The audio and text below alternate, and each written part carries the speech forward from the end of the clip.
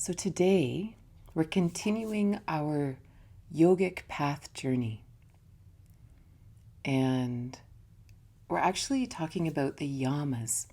This is the third in this series.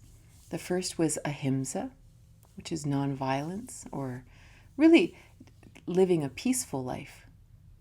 And last week we looked at asteya, which officially means not stealing.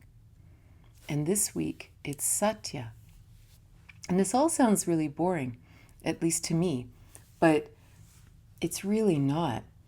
And one of the premises that all these talks are based in is that, the world we've lived in for millennia is really crazy.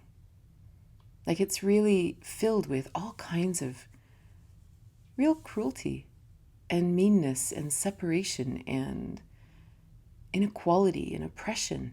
And I'm not saying this to be negative, because it's also filled with majestic beauty and pleasure and joy and connection and love and light and wisdom and fun and silly and all these things, right? The world has all of these things. But the really weird thing about this sort of darker side of our existence is that it tends to overwhelm our entire existence.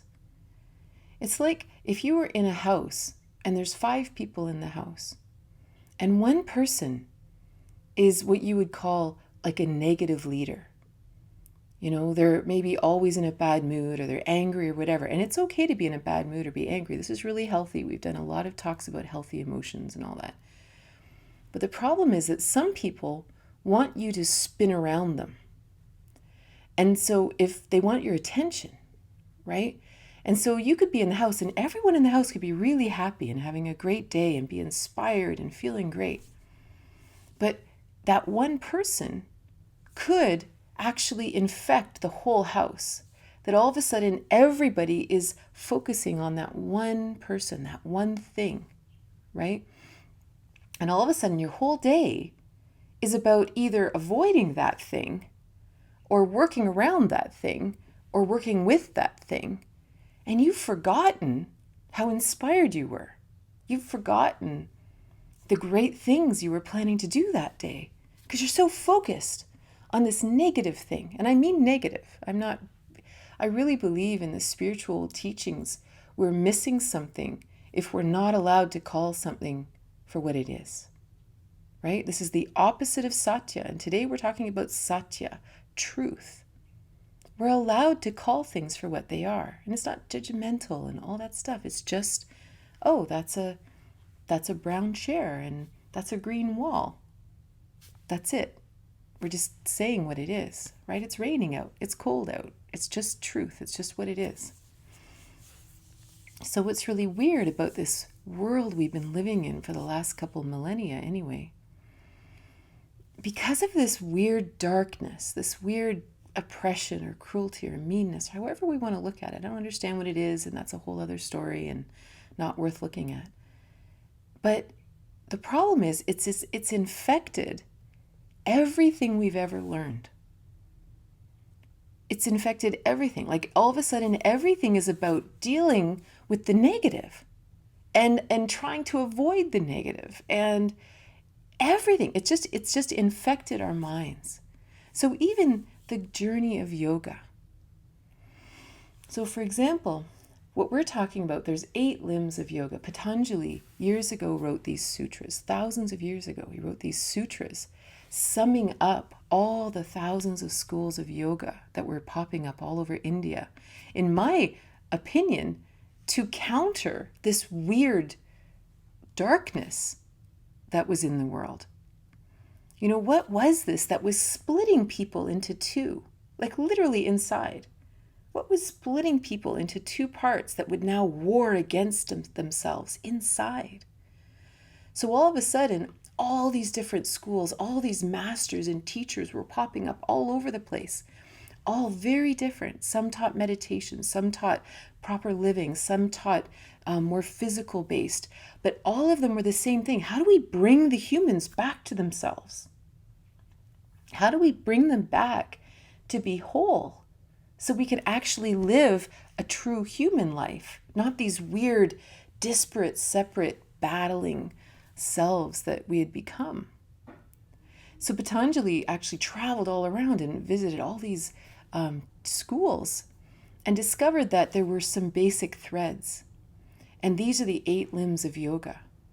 And the first limb are what they call the yamas. And the yama means restraint. And now, of course, if we see a restraint, if I hear the word restraint, based in the life I've lived within this very strange world, that although there is so much beauty and light and potential and amazing abundance here, we will become so focused on the dark. They are literally like that person in the house that will not let you forget they're there. And if we're not careful, we'll miss the point of life because we'll be so busy focusing on that thing. So even when we say the word restraint, instantly I may have a little devil inside of me, but I also have a real rebel inside. You tell me what I'm not allowed to do, I'll go do it whether I want to do it or not. Like, don't tell me what to do. Like, I'm going to do what I want to do. So the interesting thing is, even the idea of the yamas, it instantly, because we've lived in this world where we've been oppressed, whether it was in our family of origin, whether it was in our society, whether it was in our school, whether it was due to our gender, orientation, race, anything, whatever it is, it's like yamas. You gonna tell me what to do? Okay, let's just skip this. Let's just go on to pranayama because I like that limb better. I don't want to look at yamas. But it's all because of this weird focus on this dark thing. So one of the things that's really been rising for me in the last few months was that it's time to no longer pay attention to that person in the corner. And I don't mean to personify it as a person, but it's not time for that anymore. It's literally, the world is so expansive and there is so much potential and there is so much beauty and love in the world. That's where we have to expand. And when we look at everything we've ever learned, this is what's going on in me right now. Every single thing I've been teaching spiritual studies, yoga, meditation, tantra, all these things for like 20 years. And every single thing I've ever taught is being just turned and shaken and said, what does this teaching look like if we focus on the light? And I don't mean spiritual bypassing. I don't mean not healing. I don't mean not calling a spade a spade. I mean, what does it look like if we focus truly on what's right in the world, what's right in us, and we allow the swamp to be the swamp? And again, this is not ignoring what is. Today we're talking about Satya. And so we'll find out why. So all of a sudden, the restraints have a very different definition. And the restraints suddenly become, no, the restraints will help us stay on our path. They'll help us to not keep getting pulled off by that element in the corner that wants us to get distracted, that wants to split our attention, that wants to actually cast doubt inside of us. Right? One of my favorite things that in the Christian faith that Jesus ever said was that you are all that I am and more. I don't know why this isn't taught, but that we are actually phenomenal beings. We are actually divine, incredible creations. And there's a lot of strange things in the world that would say, no, you're not that great. You can't heal. You can't do these things. And there's all this doubt. So what the Yamas say is, you are these incredible beings. You are these amazing incarnate sparks of divinity. Stay on the path. Here's the path to real happiness, being here. Outside of here, There's a million distractions. If you get off the path, it's okay. I mean, we all get off the path lots of times. You're going to end up in the forest, and we may be lost in the forest for a while. Whatever. We can always find our way back to the path. But what if you don't want to get lost in the forest? What if you actually want to keep walking forward? You want to keep making positive steps on your journey as a human. On whatever, like we often have these existential crises where we're like, why am I even here? Right? What's the point? Well, what's really interesting is when we actually are taking steps on our path, we're not wondering why we're here because we're actively taking steps forward. The problem is when we get lost in the woods and we feel like we're just circling and we just can't seem to get back on our own path, we're so frustrated. So that's what the Yamas are. They're just like, here, let's go this way. See, okay, don't go there. So in this way, Satya is a Yama. So we've done a number of talks here on Insight Timer about Satya, and you can find them. You can find recordings of them here. How we live according to our truth. How do we live according to that voice inside? How do we live according to our mission, right? And that's another, Satya is just a Sanskrit word that means, it actually means all kinds of cool things. It means truthfulness. It also means that which is without distortion. It means that which is beyond space and time and person. It's just truth, right? Living according to that is beautiful.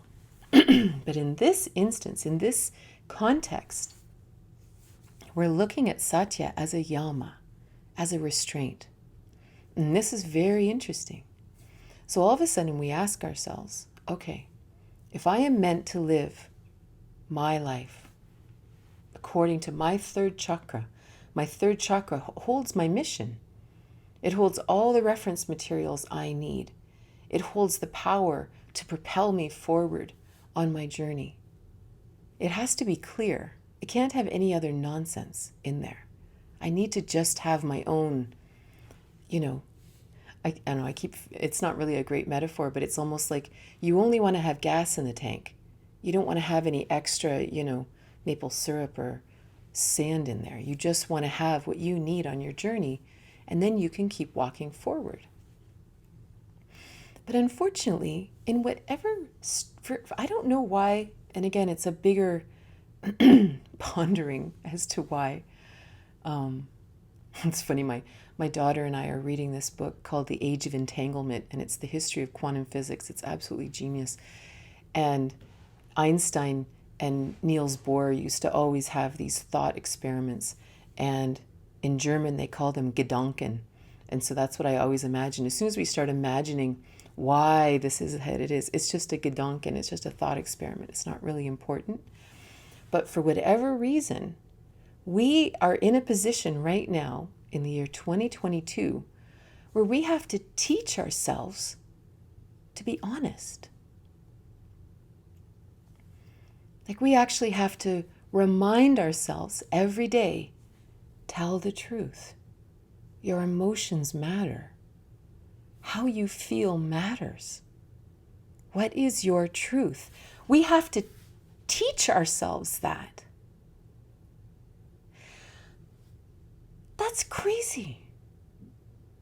What in the world has happened in this world that we're coming out of this spell that we have been trained to not be honest? Honest. This isn't something weird. This isn't some idea that I want to have, this some pie in the sky reality. This is just my reality.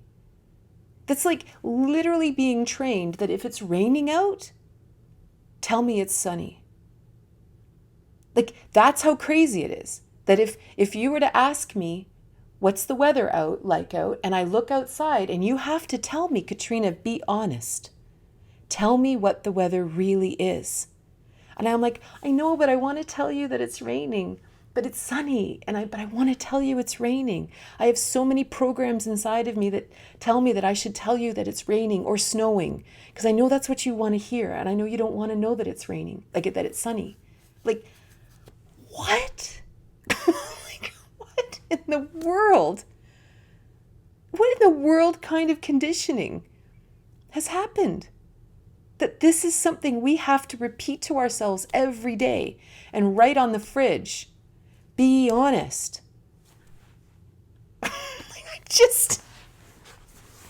And don't get me wrong. I'm talking to me here. I'm talking to me. I had to write a book about getting over people pleasing and self-love and connection to self and honoring me and speaking my truth.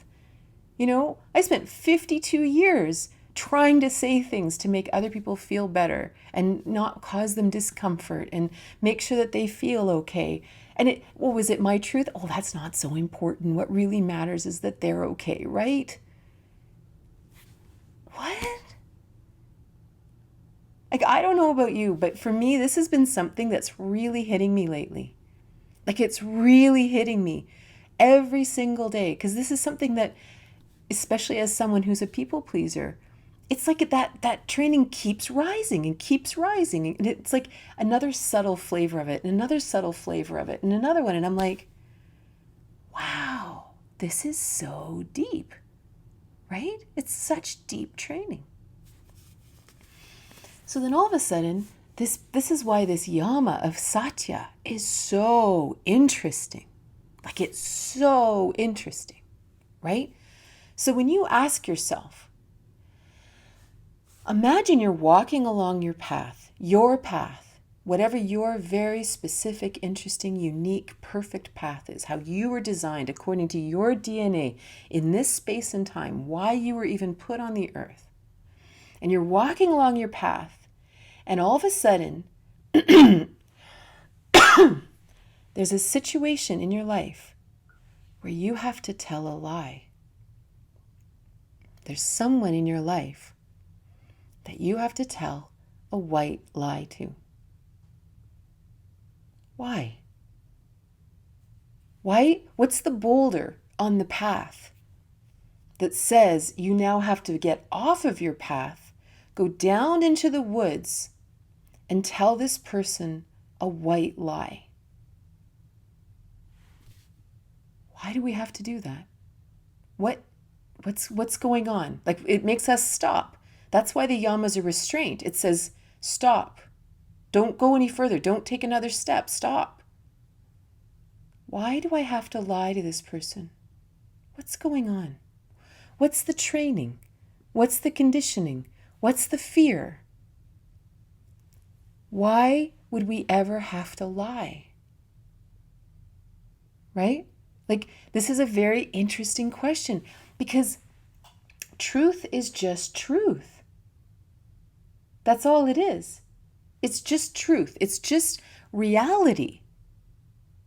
It's reality. Like, this is my opinion of you or my opinion of this situation.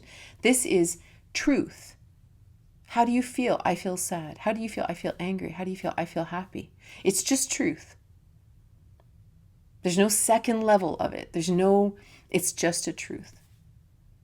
So why do I have to lie? And this becomes the journey. You know, when people say, you got to do the work on the path, right? That's the work. What's that? So all of a sudden you feel you have a situation and you have to lie. And instead of stepping forward into the woods, you step back and you take a breath and you go, what's going on? Why am I lying? And then you ask another question. Why am I in this situation? What are the 10 lies that got me here? Right? And it could be all kinds of things. Like, maybe you're in a situation, maybe you're in a relationship and you feel like you are financially dependent on this person, right? And so you're kind of lying to keep the peace, right? But what's the lie that got you there? Maybe the lie was that you can't support yourself. Maybe you're only a woman. Maybe you have no skills. These are all lies, right? None of these are true. So it's a very interesting journey. It starts to step us back and say, okay, hold on. And it starts to unravel all the way these lies have been woven together in this bizarre, strange world we live in, right? So this path of truth, right, is very interesting. And the yama of Satya says the key is to watch where you are forced to lie or you feel forced to lie, right? That's the restraint. That's the bumpers up in the bowling alley saying, whatever we do, we're not going there. And if I have to lie, I'm better to be silent and think about it. And this is really important. Like, this is a huge part of why the yogic path has meditation, pranayama, all these things. Because in order to be honest with ourselves, we have to have space and time in our brain. We have to have stillness and quiet and aloneness to be able to go, hold on a minute, right? One of the limbs of yoga is pratyahara, which is withdrawing the senses from the world. Why do we have to do that? It's like, okay, hold on a minute. What's going on? But I have to withdraw my senses because I don't want to keep reacting in the way I always have. Or maybe for generations and ancestry, we've always reacted this way, right? So we want to be able to pull it in and say, what's going on? Because when we are asked to lie, we are in a situation we have to deny reality. Like, deny reality. That's crazy. Right? So it's really interesting. In Patanjali Sutra, he has one line in Sanskrit, which I can't read. But he has this one line. And what this line, there's many, many translations of it, but one of them is that as truthfulness is achieved, all the fruits of the actions of the yogi are according to his desires. That as another one, another interpretation of it is when we are firmly established in realism, all things happen according to our desires. So let's look at that, right? Because when we are on a path of Satya, when we find ourselves actually only dealing with what is real, then what we desire happens. It's like we're building a house. And imagine I have real bricks. Like, they're real bricks. I'm holding the brick in my hand. It's a real brick. I put the brick down. The house is going to be built. I find another real brick. I put the real brick down. And then I put another real brick down. What has to happen? The house has to be built. Like, that's it. Because I'm using real bricks and building a house. Well, what else could happen? But if I'm living a life of lies, white lies, fabrications, stories, this is like taking imaginary bricks and trying so hard to build the house. But there's no bricks. Because truth is reality. There is nothing else. Everything else, we're down in the woods. But it's so hard because so much of our world is based on this very strange storytelling version of reality. Like, I remember, I know I've mentioned this in other talks, I once watched the movie A Beautiful Mind with Russell Crowe. Brilliant movie about a true story about a mathematician. And he was genius mathematician. And we follow the man. It's his story. He's the hero. So we're watching his life, and he meets this woman and he falls in love with, but he's kind of quirky because he's kind of the math genius, right? And then he finds this amazing job working for the government, doing decoding and awesome things, and goes to university, has this best friend who he so bonds with. And the friend has this niece who's like 8 years old, and he totally bonds with this child. And he's just got such a great life. And you're following along and you're all in it. And I apologize for any, because I'm totally going to ruin the movie for you right now if you've never seen it. And then all of a sudden he comes to a point, and his family, they're all coming together and they're having like an intervention, because they've discovered that he doesn't have a job. He goes to a place, but he's just scribbling on the walls. And then they discover that there was no roommate in college. He'd made that up too. There was a wife. He was truly married, but nothing else was real. But he couldn't tell. And it was really horrible, right? Like he did like electroshock therapy and awful things. But what was really interesting is it wasn't until one day he realized that his best friend's niece never aged. That in his mind, for decades, she was only 8 years old. And that's when he realized that his version of reality wasn't right. This movie blew my mind. It absolutely blew my mind. I was married. My kids were young. We had people living with us from Holland. We had all of these things. Like I was busy world, right? And I sat there thinking, have I done that? Have I created a reality,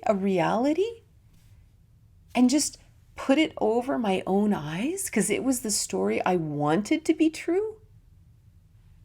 Like, is that what I did? And I remember looking at my husband thinking, have I actually ever seen the real you? Or do I have a version of the perfect husband? And I've created this story of the perfect husband. And I'm imposing that on you. And then I'm just criticizing you for not living up to this imaginary person that I've imposed on you. I actually told my husband and my kids, I'm like, I am mind blown right now. I am absolutely mind blown, and I am questioning my own reality right now. So I don't want to talk to anybody for a few days because it was just like, I had to really question because, for example, I'm a real idealist. I think from the time I began reading, I would read a story and you go, oh, I like that character. I want to be like that character. Oh, I want to be like that character. Oh, I want to be like this teacher. I want to be like this yogi. I want to be like this master. I want to be like that. And I created a life inside that I was sure that that's what I wanted to be. And this was real. Like this was a possible thing. You could just create the world, focus on it, and become it. And then, of course, what do?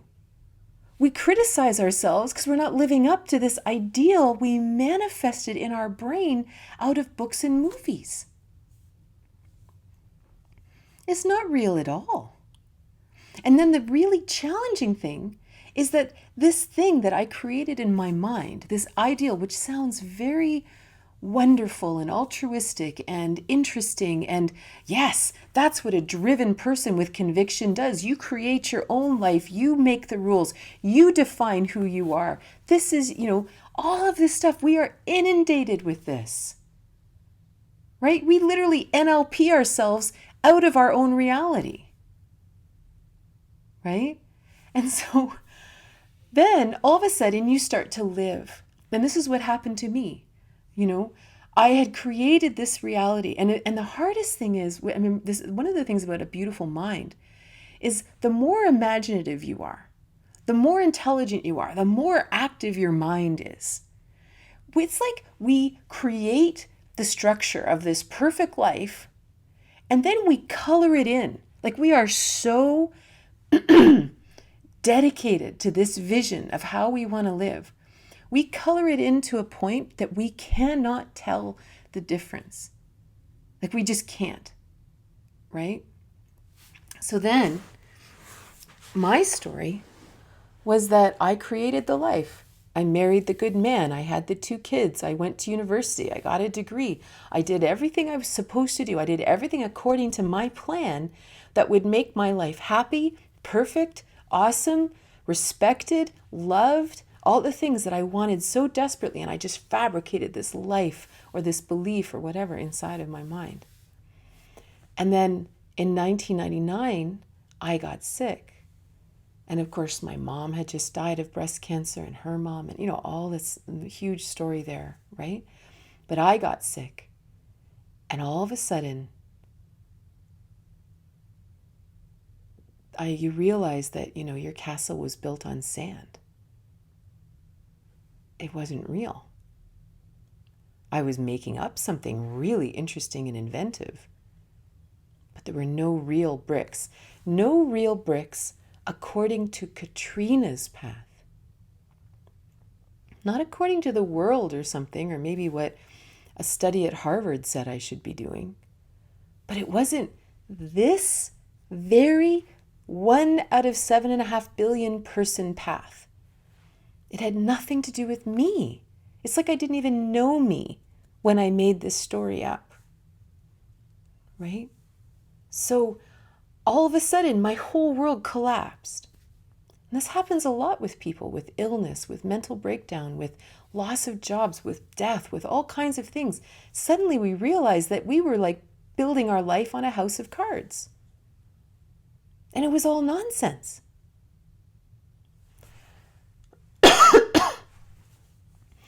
And then you get down to rock bottom.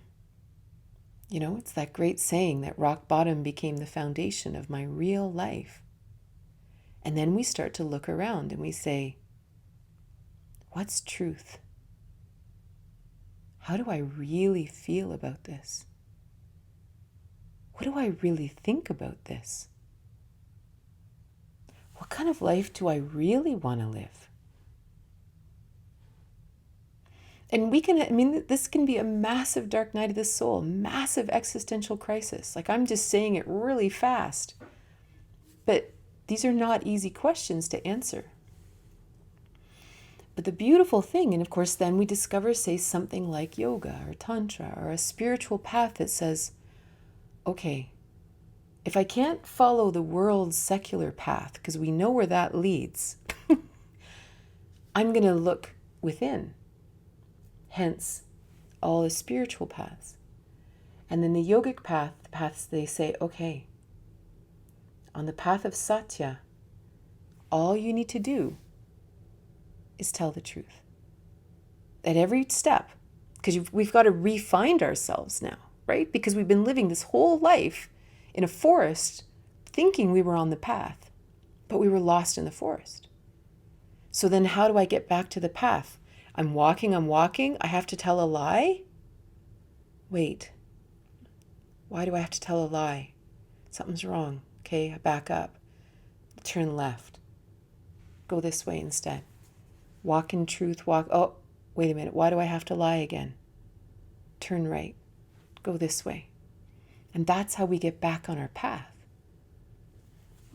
Telling the truth or telling a lie, this is really important. Right? The truth is literally according to our wiring. It's our journey. Every single person here has a unique path. Why would we not follow it? We don't want to wait for some near-death experience. We don't want to wait for some crisis to suddenly realize, oh my God, none of that stuff even matters? Are you kidding? Like, we don't want to have to wait for that. Like, it's way easier to just say, okay, you know what? I'm just going to simplify this. Why do I have to lie to you? And that's it.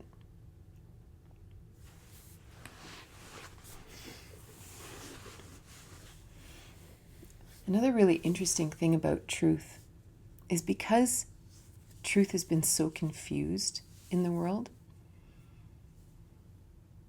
and there's so much meanness and criticism. Like we're almost taught that criticism is normal. You know, I'm sure it comes out of our families of origin, but even if we have the most beautiful childhood, for some reason, I don't know why, it's a bigger discussion, but our education system is based on criticism. Like it's literally like, here's what I've done. Here's what you did wrong. Let's focus on that. Here's where you have to improve. Oh, here's what I've done. Okay, here's what you've done wrong.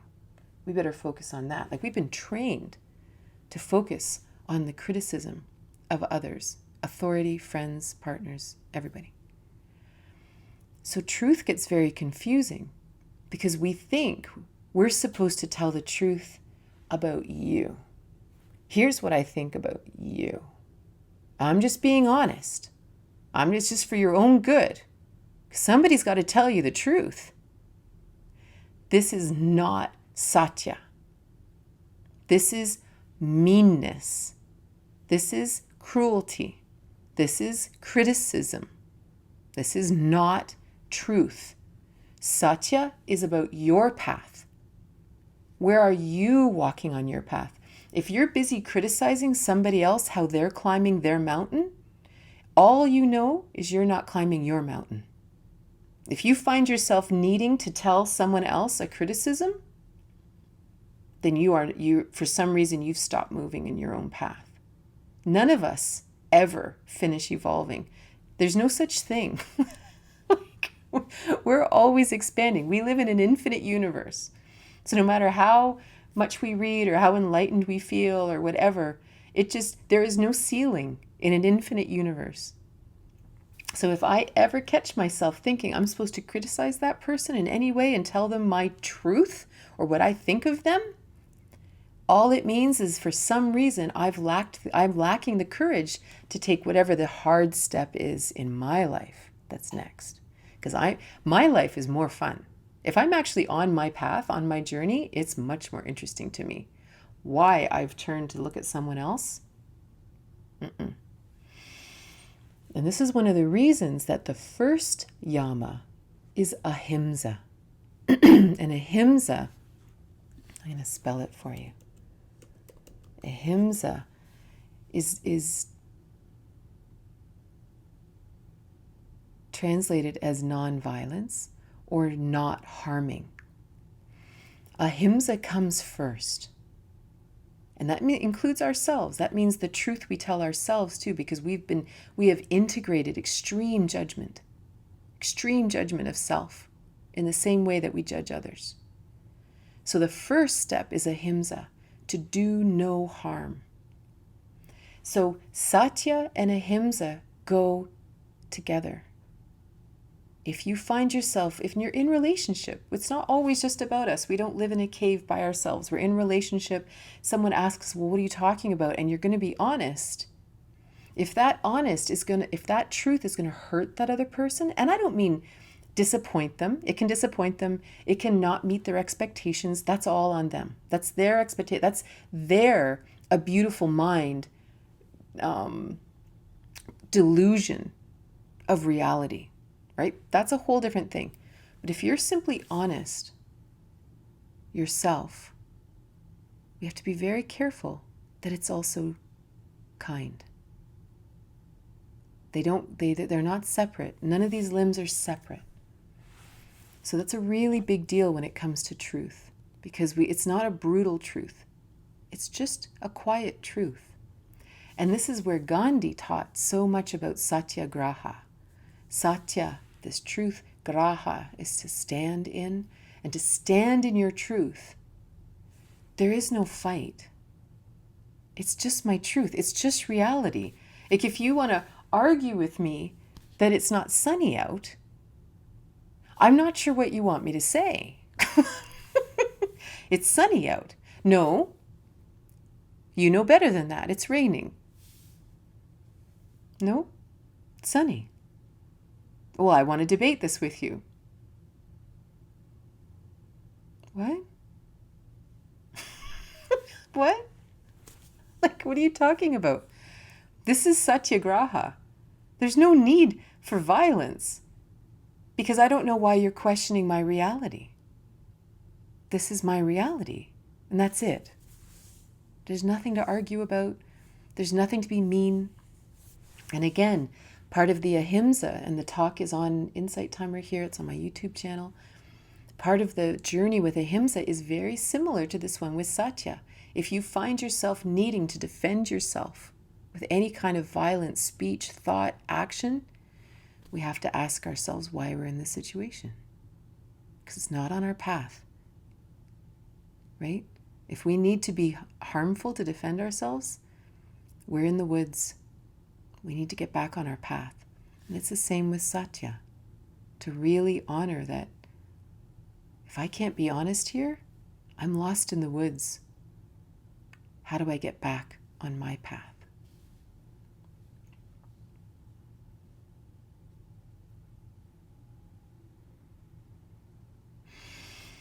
It's really interesting.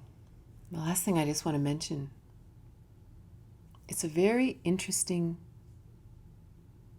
foundation for living when we believe that I really am here with a purpose.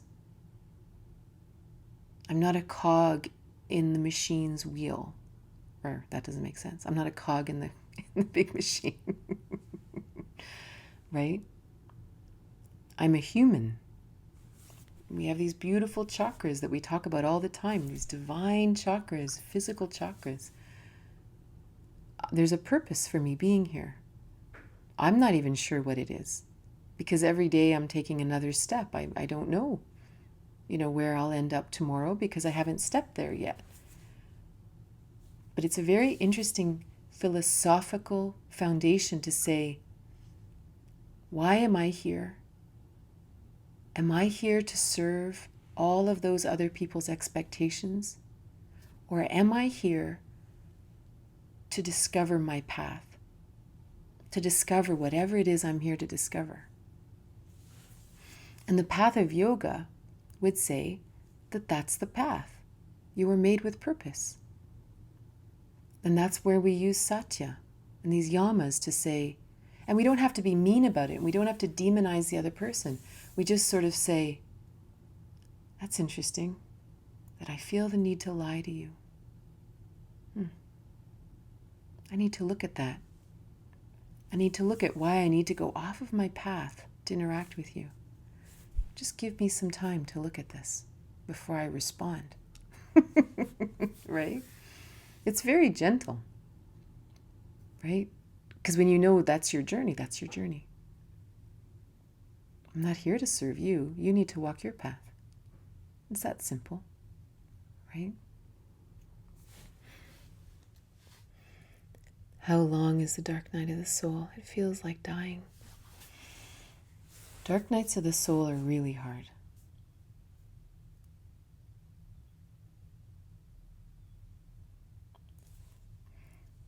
But the key is to honor it and to really look at what's needing to die. Old ideas. Like I remember when I was sick, part of the story of what if you could skip the cancer. My mom was one of the greatest people that ever lived.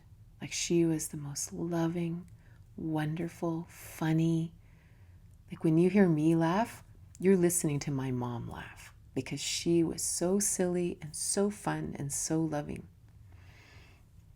So as her daughter, I wanted to emulate her in every way.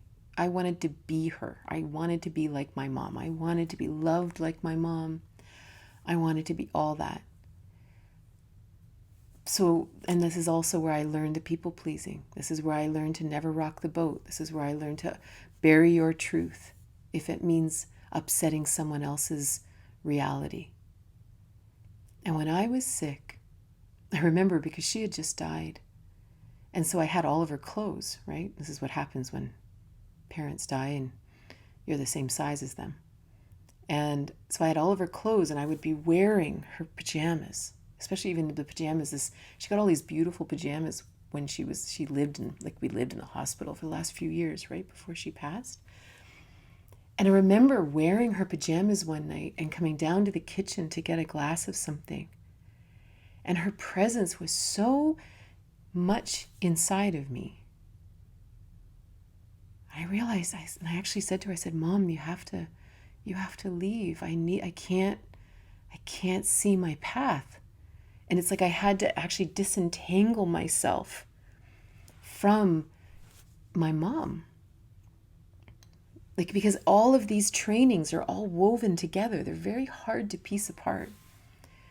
And that was a massive dark night of the soul for me, to separate emotionally from so much of what I loved about my mom. But I had to separate it to kind of tease out what wasn't okay. What really wasn't serving me, what was really hurting me. How long that took? I don't know. But you have to just stay in it, And then it's ironic that right now there's a truck backing up outside. It's time to back up and look at things. One of the most powerful things that Carolyn Mesa often said about the dark night of the soul was, she said, oftentimes we end up in a dark night of the soul because we've asked for guidance, but we don't like the answer. And if we don't like the answer, we wait for a second answer, right? We wait for a different truth, right? It's like looking out the window and saying, what's it like out? And the answer is, it's raining. Well, I don't like that truth. So I'm going to sit and I'm going to stare out the window until I see what I want to see. But it's not the truth. And that will leave us in a dark night of the soul, because I don't want to take the next step. I don't want to take the step that's my truth. And honestly, that has served me well in my life. Asking myself, what is it I don't want to see? So there's a lot of angles for dark nights of the soul. There's a lot of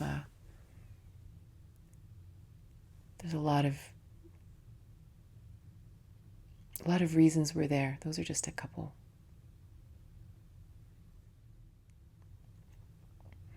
When using positive affirmations to create a desired mindset of our outcome, are the affirmations white lies? Oh, it's such a good question.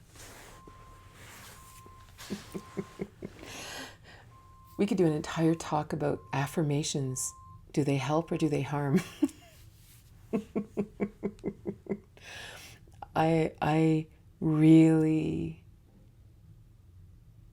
it's a great question. Because I think I'd like to do a talk about that, because it's almost like you can tell that sometimes I can't even say positive affirmations that aren't true. Positive affirmations. Not real, not honest. Positive. Because you can only think positive things. Sometimes the best thing you can do is say, I am so freaking angry right now. That's what I need to write on that's the affirmation I need. For me personally, because I've been someone said this to me on the weekend, that her greatest issue was pathological positivity. Right? Right? It's like, for me as a people pleaser, the best thing I can do is write on my fridge, I am so freaking angry and I'm finished with playing with people's nonsense. That is an affirmation I needed to hear over and over and over and over again, so I would finally be honest with myself. right? So this whole thing, I am happy, I am love, I am light, I am peaceful. No, you're not, because something bad just happened and you're upset about it. You're not happy. You're angry. Why are you telling yourself you're happy? But at the same time, in Kundalini Yoga, for example, that I teach, we chant Sat Nam. I teach, I matter. The truth within me matters. This is one of the biggest things that drew me to Kundalini Yoga, because we would sit in meditation and we would inhale Sat, exhale Nam, Sat, truth, Nam, that it's my name. It's who I am. It's exactly what we're talking about here. The truth is my path. Whatever my truth is what I'm supposed to be doing here. So when I discovered Kundalini Yoga as a, pathologically positive people pleaser, I needed something that I was going to repeat Sat Nam, Sat Nam, Sat Nam, over and over and over and over again. I don't consider that a positive affirmation. I consider it truth. Right? When your truth is pointing to a marriage ending, it's easy to not move on when the next step is unclear and you hope the dynamic changes. Totally understand. And that's what I mean. We don't have to, we don't have to bring axes down on places in our life. We just back up a little. It's just, you know what I mean? We don't have to. And again, this is the last thing I'll mention, that it's like, when we really look at the foundation of why we think we're here, right? Are we here just to make another person happy? Are we here to make another person comfortable? Are we here to make ourselves comfortable? Right? This comfort thing's an interesting question. Or am I here for some kind of adventure? And I don't mean some weird, bungee cord jumping. I mean, am I here to discover something? Am I here to discover, what is this DNA sequence about? What is this version about?